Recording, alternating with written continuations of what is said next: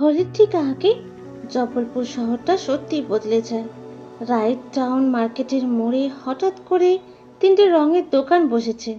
পলিথিনে ভরা গোলাপি, হলুদ, নীল আবির বাতাসে উঠতে থাকে। ছোট ছোট ছেলেরা পিচকারি হাতে একে অন্যকে তাড়া করে, আর দোকানদাররা গলা ফাটিয়ে বলে, অরিজিনাল কালার, স্কিন ফ্রেন্ডলি। আমি এই দৃশ্য বহুবার দেখেছি, কিন্তু আমি জানি উৎসবের আগে শহর যত রঙিন হয়, মানুষের ভেতর তত অগোছালো হয়ে ওঠে। আমি ইরা সেন, পেশায় আর্কিটেক্ট।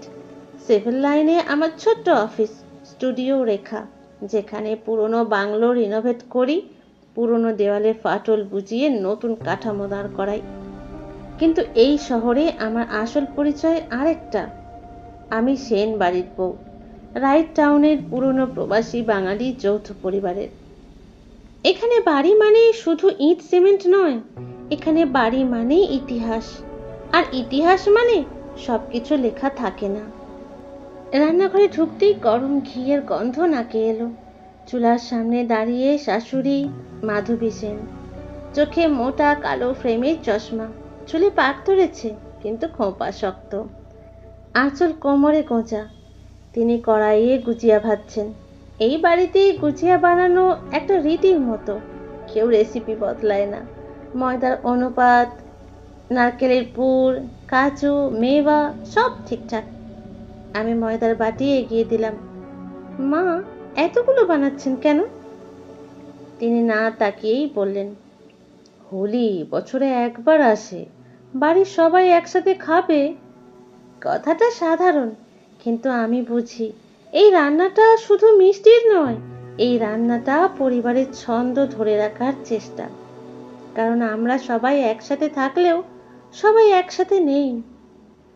শ্বশুর অমল সেন ড্রয়িং রুমে বসে খবরের কাগজ পড়ছেন। Retired civil engineer. এই বাড়ির নকশা তার নিজের, এই বাড়ির নিয়মও তার। কাগজ পড়ার সময় তিনি লাইনের নিচে আঙুল বোলান, খবরের কাগজের পাতার শব্দটাও মেপে মেপে। আমি জানি এই মানুষ আবেগ লুকিয়ে রাখতে জানেন। তিনি দেয়াল শক্ত বানাতে পারেন, কিন্তু ভেতরের ফাটল নিয়ে কথা বলতে পারেন না।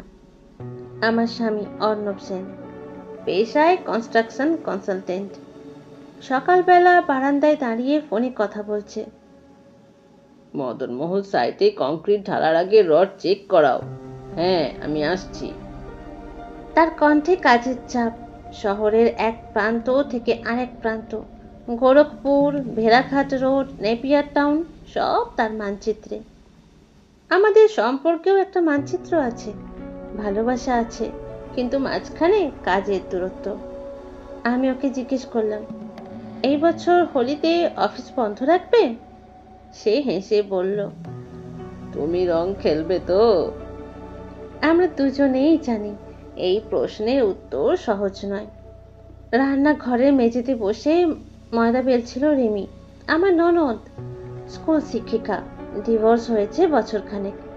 বাইরে থেকে খুব স্বাভাবিক থাকে, কিন্তু রাতে ঘুম আসে না। সে হেসে বলে, বৌদি, এবছর রং খেলবো তো, নাকি বাড়িতে সিরিয়াস মোড? আমি তাকালাম। তার হাসি একটু বেশি চওড়া, যেমনটা মানুষ কষ্ট থাকতে দেয়।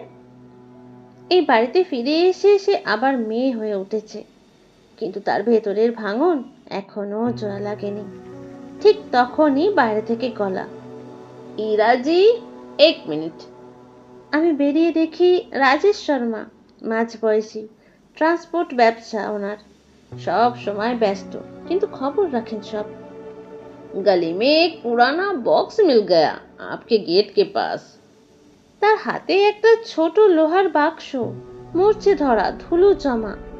আমি বাক্সটা হাতে নিতেই অদ্ভুত রকম ঠান্ডা ঠান্ডা লাগলো। এই শহরে পুরনো জিনিস হঠাৎ উঠে আসে না, কেউ না কেউ সরায়। বাক্সের গায়ে ধুলো মুছে দেখা গেল বাংলায় লেখা, মৃণাল সেন।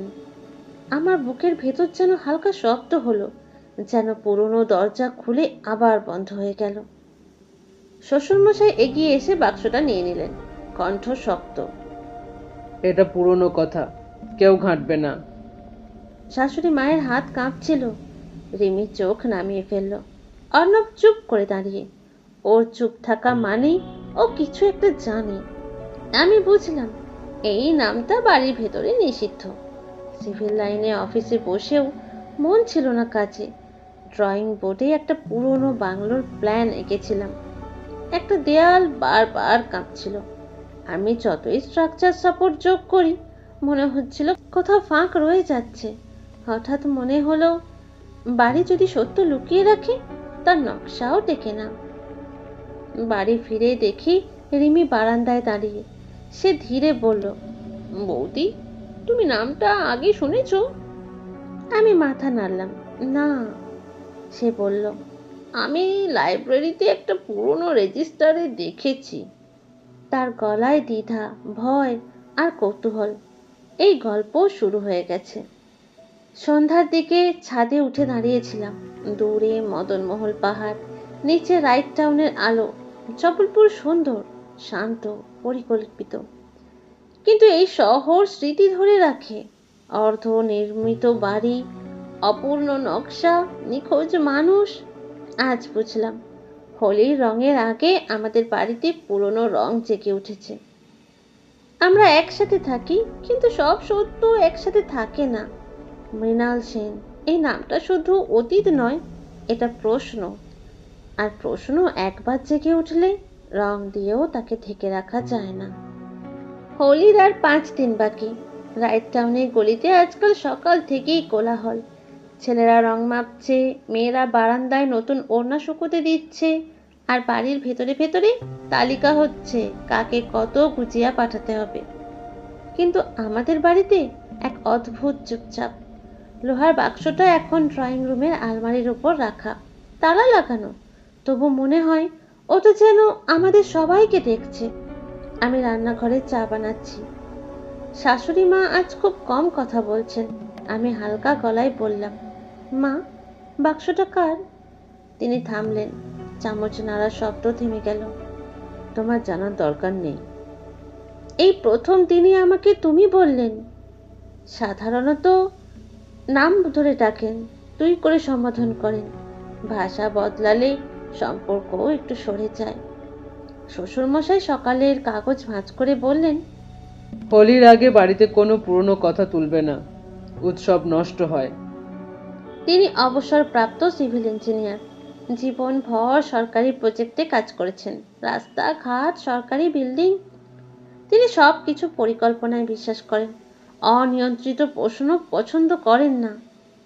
কিন্তু আমি বুঝলাম এই বাক্সটা তার পরিকল্পনার বাইরে। অর্ণব আজ অফিসে যাওয়ার আগে অস্বাভাবিক রকম চুপ। আমি জিজ্ঞেস করলাম, তুমি নামটা চেনো? সে কিছুক্ষণ চুপ করে থেকে বলল, শুনেছি ছোটবেলায়, কিন্তু বাড়িতে ওই নাম নেওয়া মানা ছিল। কেন? সে কাঁধ ঝাঁকালো। ড্রামা ছিল পারিবারিক। এই ড্রামা শব্দটার মধ্যে কত কিছু লুকিয়ে থাকতে পারে। অর্ণব কখনো সংঘাতে যায় না, কাজে ব্যস্ত থাকে, বাড়ির ঝড় এড়িয়ে যায়। কিন্তু আমি জানি সে সত্য জানে। দুপুরে রিমি স্কুল থেকে ফিরে আমার ঘরে এলো। স্কুলের শাড়ি খুলে হালকা কুর্তা পরেছে, চোখে ক্লান্তি। বৌদি, আমি লাইব্রেরিতে রেজিস্টার দেখেছি। 1998 সালে আমাদের বাড়ির ঠিকানায় একজনের নামে চিঠি এসেছে, মৃণাল সেন। আমি চমকে উঠলাম। কি ছিল চিঠিতে? রেজিস্টারে এন্ট্রি ছিল শুধু, চিঠি নাকি কেউ রিসিভ করেনি। রিমির ডিভোর্সের পর সে অনেকটা নির্লিপ্ত হয়েছে, কিন্তু কৌতূহলটা তার আছে। ভাঙা মানুষেরা সত্য খুঁজতে ভয় পায় না।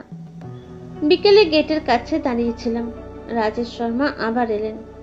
हीरा जी, कल रात को आपके गली में कोई बुजुर्ग आदमी घूम रहा था, दाढ़ी, लाठी। आप लोग को जानता था शायद। আমি চুপ। उसने घर का नंबर पूछा। আমাদের বাড়ির নম্বর 34। আমার হাত ঠান্ডা হয়ে গেল। আমি জিজ্ঞেস করলাম, क्या नाम बताया? बोला, আমি फिर के आऊंगा। রাজেশ হেসে বললেন, ड्रामेटिक लोग होता है ना। কিন্তু আমার হাসি এলো না। রাতের খাবারের পর আমি সিদ্ধান্ত নিলাম। অর্ণবকে বললাম, তালা খোলো। সে দ্বিধা করলো, তারপর বলল, বাবা জানলে রাগ করবেন। আমি শান্ত গলায় বললাম, সত্য জানলে রাগ কমে। অবশেষে চাবি এলো। বাক্স খুলতেই পুরনো কাগজের গন্ধ ভেতরে, কিছু পুরনো ফটোগ্রাফ, হলুদ হয়ে যাওয়া চিঠি আর একটা ডায়েরি। ফটোগ্রাফে দেখলাম এক তরুণ ছেলে, চোখে উজ্জ্বলতা, অমল সেনের মতোই চোয়াল। আমি ফিসফিস করে বললাম, এ কে? পিছন থেকে শাশুড়ি মা কাঁপা গলায় বললেন, তোমাদের কাকু। আমরা সবাই একসাথে তাকালাম। শ্বশুরমশাই দাঁড়িয়ে, চোখে কঠোরতা নেই, বরং ক্লান্তি। সে বাড়ির ছেড়ে চলে গিয়েছিল ঝগড়া করে, ব্যবসা নিয়ে।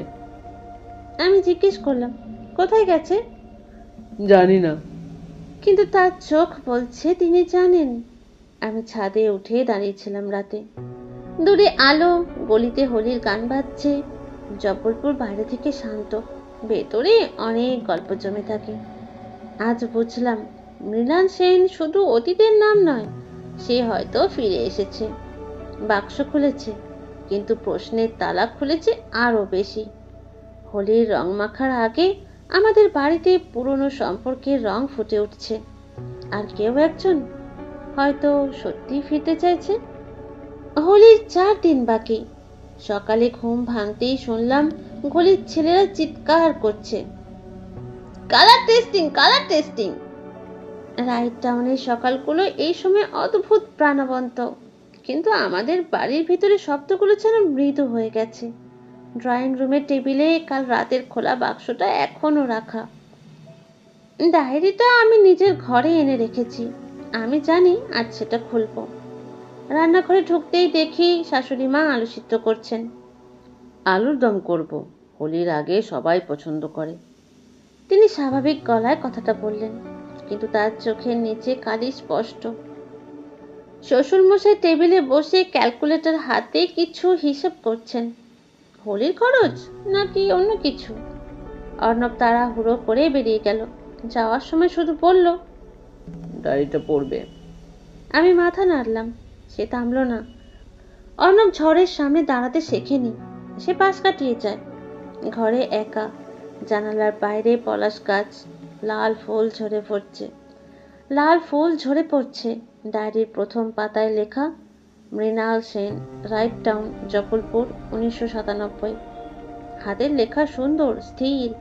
প্রথম লাইন, এই বাড়িতে আমার শ্বাস রোধ হয়ে আসে। আমার বুকটা ধক করে উঠল। পড়তে শুরু করলাম। ডায়েরির প্রথম অংশ, দাদা সব সিদ্ধান্ত নেয়, বাবা বলে বড় ছেলে বাড়ি সামলাবে, আমি শুধু ছায়া। আমি থেমে গেলাম। অমল সেন তাহলে তিনি শুধু বাবা নন, বড় ভাইও। হ্যাঁ, মৃণাল তার ছোট ভাই। আমাদের বাড়িতে কখনো এই সম্পর্কের কথা ওঠেনি। ডায়েরির দ্বিতীয় অংশ, মা কাঁদে, বলে পরিবার ভাঙিস না, কিন্তু কেউ জিজ্ঞেস করে না আমি কি চাই। আমি বুঝলাম এই বাড়িতে আবেগ চেপে রাখার ঐতিহ্য পুরনো। রিমি স্কুল থেকে ফিরে আমার ঘরে এলো। আমি তাকে ডায়েরির অংশ পড়ে শোনালাম। সে চুপ করে শুনলো, তারপর বলল, বৌদি, আমার ডিভোর্সের সময়ও সবাই বলেছিল পরিবারের সম্মান, কেউ জিজ্ঞেস করেনি আমি সুখী কি না। আমি তার হাত ধরলাম। হয়তো এই বাড়িতে একই গল্প বারবার ঘটে, শুধু চরিত্র বদলায়। সন্ধ্যায় গেটের কাছে দাঁড়িয়েছিলাম। রাজেশ্বর আবার এলেন। ইরাজি, কাল वही आदमी फिर देखा। इराजी, कल वही आदमी फिर देखा। गोरखपुर रोड के तरफ गया। গোরখপুর রোড? সেখানে পুরনো গুদাম ঘর আছে। আমি জিজ্ঞেস করলাম, কুছ বলা? बस इतना, बड़े भाई से मिलना है। আমার শরীর ঠান্ডা হয়ে গেল। রাতের খাবারের সময় আমি ডায়েরির কথা তুললাম। বাবা, কাকু কেন বাড়ি ছেড়েছিলেন? শ্বশুরমশাই থামলেন।